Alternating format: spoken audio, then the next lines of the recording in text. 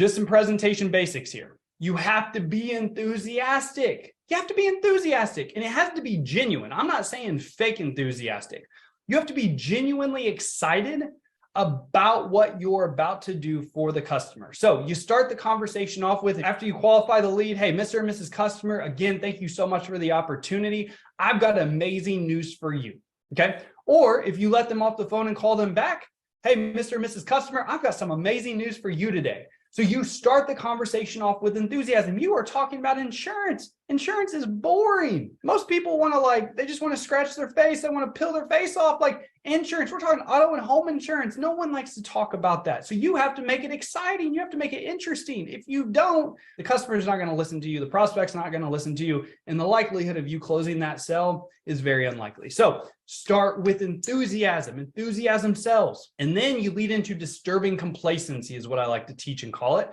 Disturbing complacency. So for example, hey, Mr. and Mrs. Customer, I've got amazing news. Now, before we get into it, I've got to say that your current coverage really worries me. Or, hey, Mr. and Mrs. Customer, I've got amazing news for you today. Everything came back looking great. I've got to tell you, though, a red flag popped up with your current coverage. Now, do you see what I did there? I got enthusiastic, I got excited, then I settled down. I settled down into the disturbing complacency. So that voice control, the voice emotion, okay? So going from high to low. When you get really good at this, your prospect on the other end of the phone is going to say, what do you mean they worry you? Or what red flag are you talking about? Well, Mr. and Mrs. Customer, do you remember how I said, my number one job is to make sure you're adequately protected? And then you're going to go into that liability conversation, okay? Within the liability conversation, this is when you need to get really good at storytelling.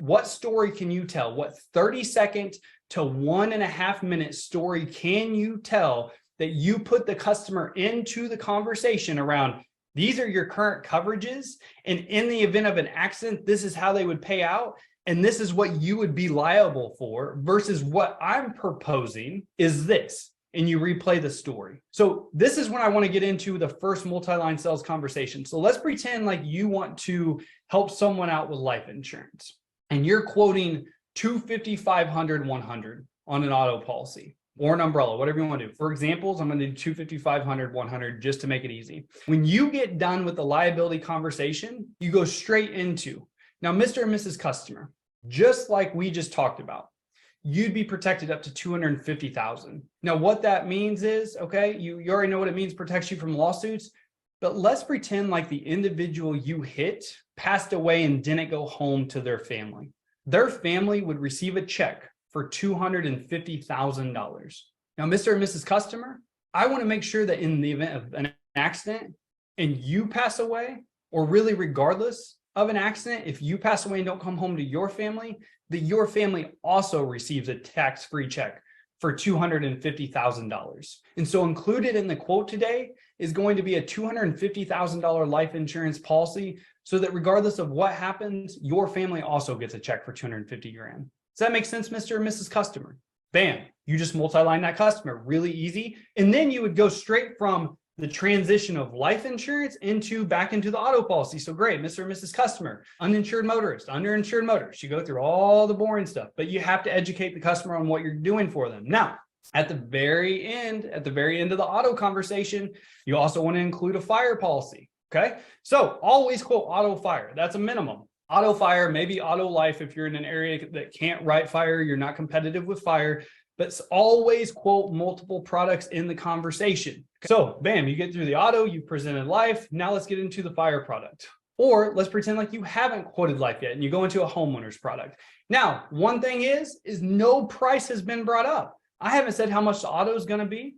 I haven't said how much the life insurance is. And so let's pretend like you're like, great, Mr. and Mrs. Customer, next I want to talk a little bit about the homeowner's insurance policy. And they say, time out. How much is that auto policy? Mr. and Mrs. Customer, that's the great part, and that's the best part about this. However, the price is actually on the other screen. Let me get through this real fast. We'll save the best part till the very end. So on your homeowners, Mr. and Mrs. Customer, you see how I did that? You as the insurance professional have to control the conversation. You are in control of the conversation. The customer is not in control of the conversation. The customer is not the insurance professional. The customer doesn't know anything about insurance. It is your job to control the conversation and educate the consumer on what you're doing for them and why you're the best fit for their situation. How can you solve their problem? How can you close the gap? That's your job as an insurance professional. So why I want to bring up homeowner. Okay, so bam, we go into the homeowners conversation. Here's another easy how-to on how to multi-line that sales conversation. And the transition's easy. Right after the tow conversation or whatever conversation you end the auto, great, Mr. and Mrs. Customer. Next, we're going to talk about your homeowners, Mr. and Mrs. Customer. Go straight into it. And so if you don't want to multi-line the customer right here, great, Mr. and Mrs. Customer, the first thing with a homeowner's policy is going to be the dwelling coverage. That means that if your house burns down tomorrow, we want to make sure you have enough coverage to rebuild your house, okay? That's how you would transition to that statement. Super easy transition. Let's pretend like you want to have a life insurance conversation right here. Okay, this is really easy, really simple transition. Mr. and Mrs. Customer, next I want to talk about the homeowner's policy. Now, before we get into the homeowner's policy, Mr. and Mrs. Customer, you had told me that you owe roughly about $375,000 on that house, right? Great. Okay, they're going to answer yes. Great. Well, hey, Mr. and Mrs. Customer, let me ask you real fast. In the event something happened to you or your spouse, who is your mortgage payoff protector plan through? Meaning that if something happened to you or your spouse and one of you passed away, that the surviving spouse would have enough money to pay off the mortgage on the home. Well, no one. Well, what are you talking about, Michael? That's exactly what I want to talk about today and what's actually included in the quote today, Mr. and Mrs. Customer, because 99% of people I talk to don't have a mortgage payoff protector plan in place. And so included in the quote today, Mr. and Mrs. Customer, are going to be two $375,000 mortgage payoff protector plans, also known as life insurance. At the end of the conversation, I'll give you more details around this life insurance plan when we get everything started today. But let us go ahead and cover what your home's covered for, Mr. and Mrs. Customer. Does that make sense? Great. Did you see that transition? And you can even go into that a little bit more. You could ask some more disturbing complacency questions, Mr. and Mrs. Customer. Do you find yourself being responsible for providing for your family financially? Great. Well, hey, what do you have in plan? What do you have in place to make sure that if something happens to you, your mortgage can be paid off so your family doesn't have to worry about how they're going to make the next mortgage? If they're going to have to sell the house and move school districts, well, I don't have anything. Great. Included in the quote today is going to be two $375,000 life insurance policies, otherwise known as mortgage payoff protector plan. So in the event something happens to you or your spouse, you pass away, you don't come home to your family, the surviving spouse in your family knows that the house is taken care of, that they never have to move. The surviving spouse would get a check for $375,000. Does that make sense, Mr. or Mrs. Customer? Great. I'll give you more details at the end around that policy, Mr. or Mrs. Customer.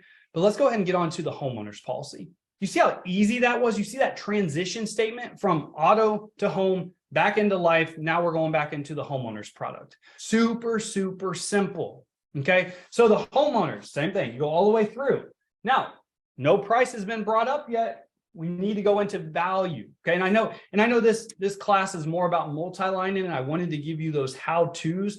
So the biggest thing with the presentation is you need to have a proposal that has all the products that you're going to discuss. You need to have everything ready for them. So auto renters, let's say you do an auto life renters or an auto home life, whatever it is, it's all in that presentation, and you've never done any pricing yet. You haven't talked about quotes yet. You're still strictly discussing what's in it for the customer. And I promise you, for those out there that are like, there's no way you can have this conversation with an internet lead. You can, I promise you. We teach this to thousands of insurance professionals across the country, and it works.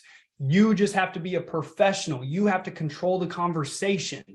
You have to make sure you're at the top of your game.